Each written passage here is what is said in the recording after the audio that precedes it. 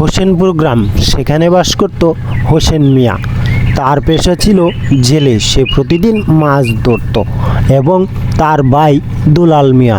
দুলাল বলে যে, কি হলো ছোট, আজকে কি তুই মাছ ধরতে যাবি নে? না গেলে আমার সাথে আয়, একটু কাজ করবি।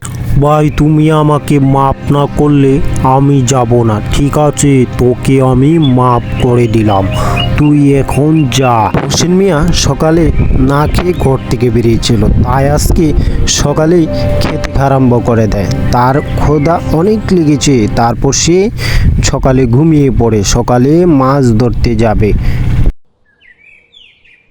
ঘুম থেকে উঠে জাল নিয়ে বেরিয়ে পড়ে মাছ ধরতে, এবং সেখানে যেতে যেতে তার ছোট ভাইয়ের সাথে দেখা হয়।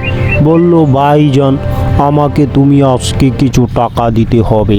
আমি ঠিক আছে, দেবনি, তাহলে আমার সাথে চল।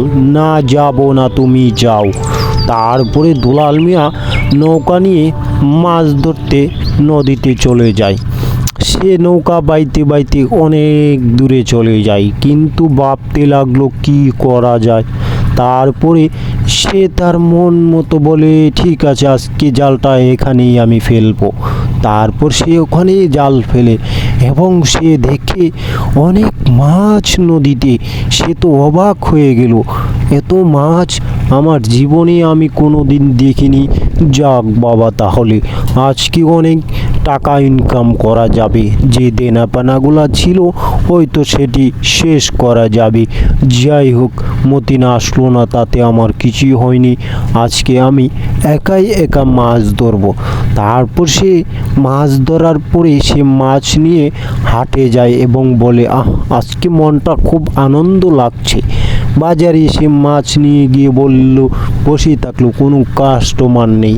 তারপরে কাস্টমার এসলে বসলো, কিন্তু তাও সেটা আবার নিল না।